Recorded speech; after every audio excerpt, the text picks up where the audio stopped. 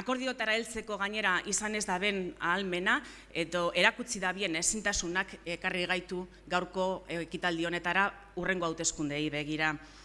Urte eskasa da gainera, udal eta foru hauteskundeak izan genduzala, orduan ere hementsi izan ginen, aste honetan bertan bete izan dugu lehenengo urterrena, eta orduan gogoratuko dozue oso garrantzitsua zala guretzat eta helburu moduan jarri gendun egonkortasuna lortzea.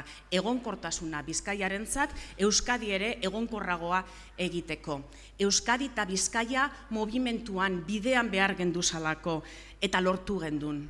Eta lortu gendun beste alderdi batzuekaz batera, desadostasunetatik hasi eta akordioak lortu arte. Espainian egiteko gai ez dirana izan, hemen egin gendun, hemen herri bat martxan dagoalako eta herri batek bere bidea egin nahi dagoalako.